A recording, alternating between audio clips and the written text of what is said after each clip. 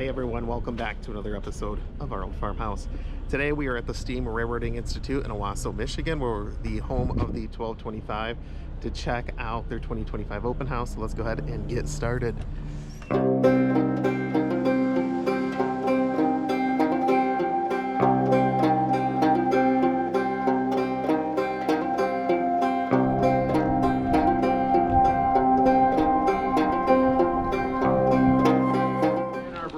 Caboose.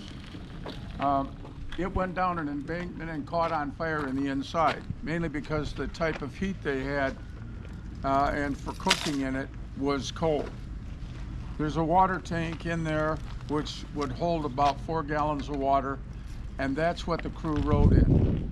Now, it would be a flagman, it would be a conductor who was responsible for where they dropped off cars and picked up cars.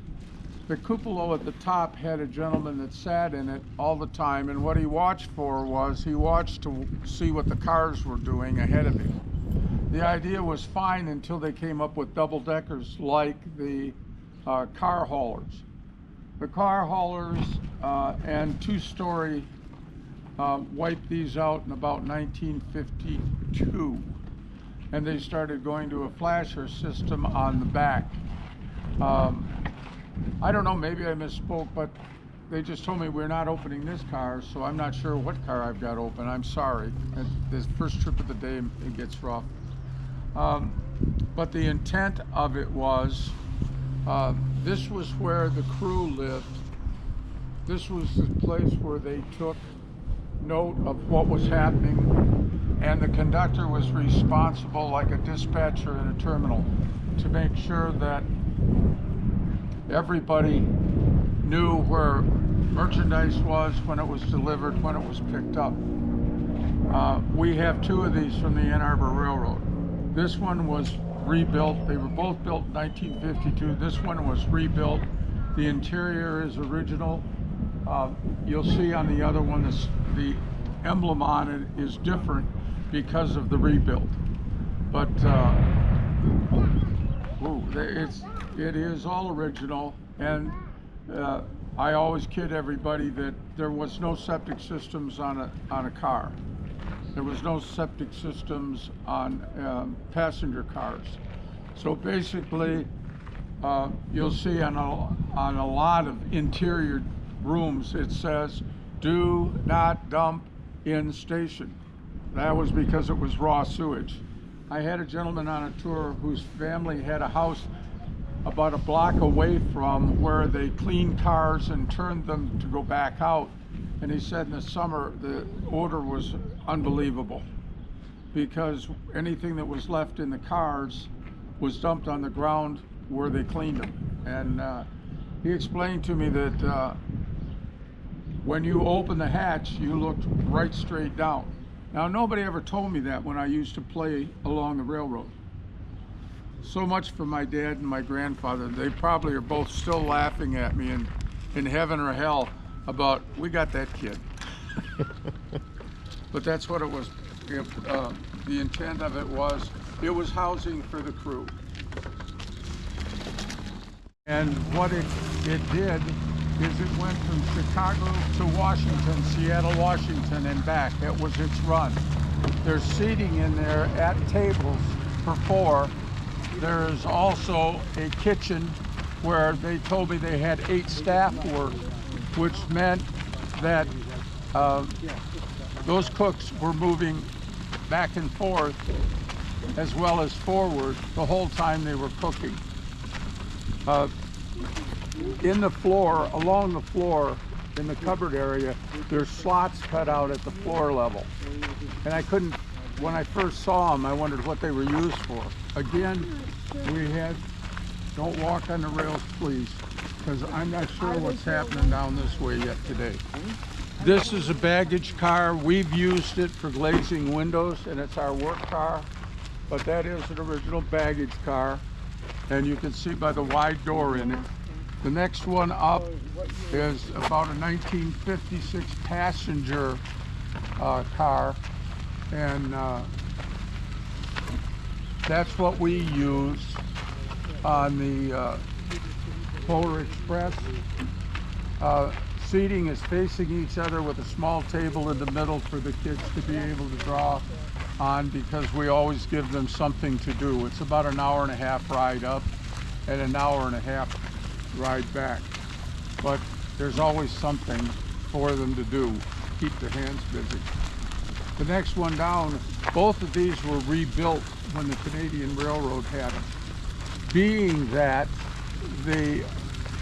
you don't throw away what you can't replace, and you can't replace these cars. So what happens is they went back in about 1956 and they were revamped.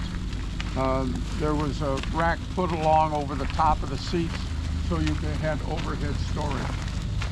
As I come up to the junction here, of course, I always warn everybody, you don't walk on a rail, they're slippery when they're wet.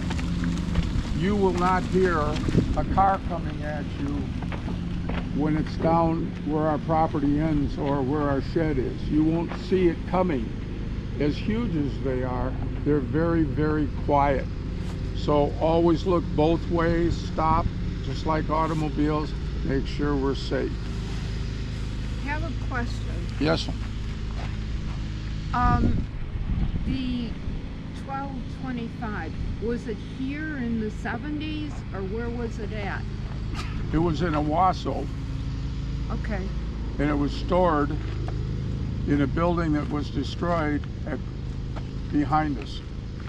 And it Okay. was owned at that time by the Ann Arbor Railroad building, and it was stored there until we ended up with it in about 1983, and then by 86, 87 it actually had started to run.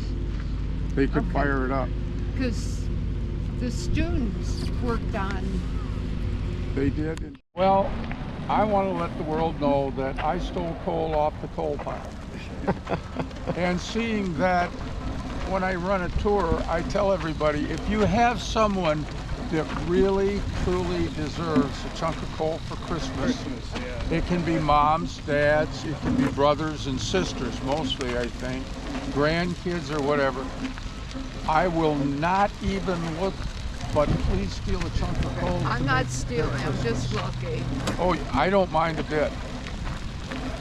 But remember, you have to carry it back in your car, so. That's coal. Yeah. We I get it in haven't here seen by coal the in here. ton, of course. The engine runs about 150 pounds of coal on a mile. Like, Yeah, yeah, yeah, it's soft. it's like your barbecue stuff. Yep. Good morning.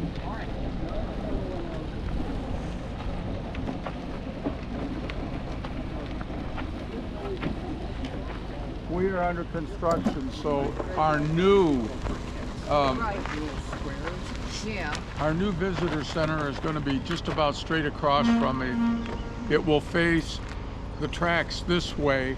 There will be our mechanic shed, so you can watch from an elevated second floor, watch them work. It will have parking available down here. It's going to have flush toilets and a shower, which the guys down here think is great, and I think is really super. Since they moved in, we never have had running water back at the shed. When they did the engineering drawings a year ago, I was invited to come in and listen. And the engineering firm says, they're talking along and they got drawings out, and they said, yeah, there's the sewer line for, and everybody said, sewer line? What sewer line? Well, the sewer line that runs out here goes to the back repair where they repair diesel engines, and it runs 13 foot underneath that building.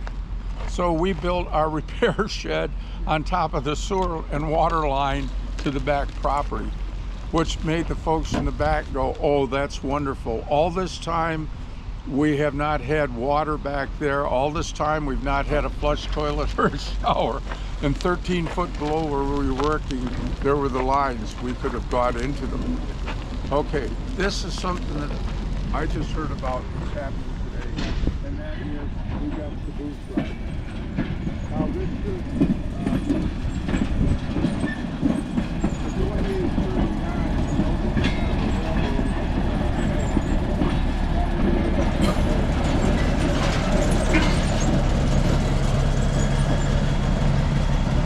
And Mighty Mouse here is our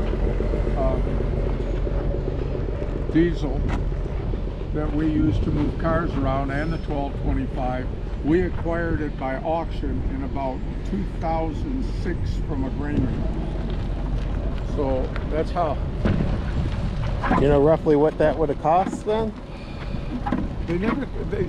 I'll check my paperwork again, but even in the paperwork, they never told me what the initial cost of it was.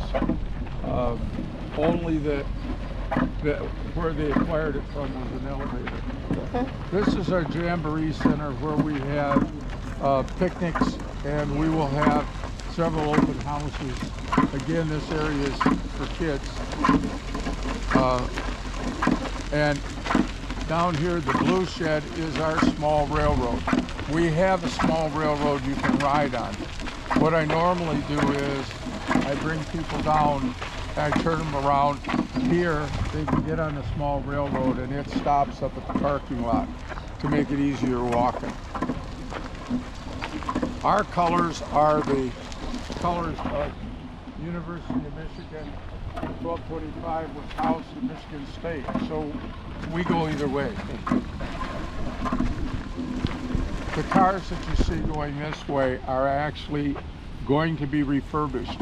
You don't throw them away, you rebuild them. We're in the process of finished build on a passenger car that we called the old brown car, and nobody wanted to work the old brown car because it was antiquated, it was cranky, and it was a mess. Where you see the silver on this car, all of that will be pulled off, and it'll end up looking like the one on the right. But all of those structures are cut off. All the ceiling supports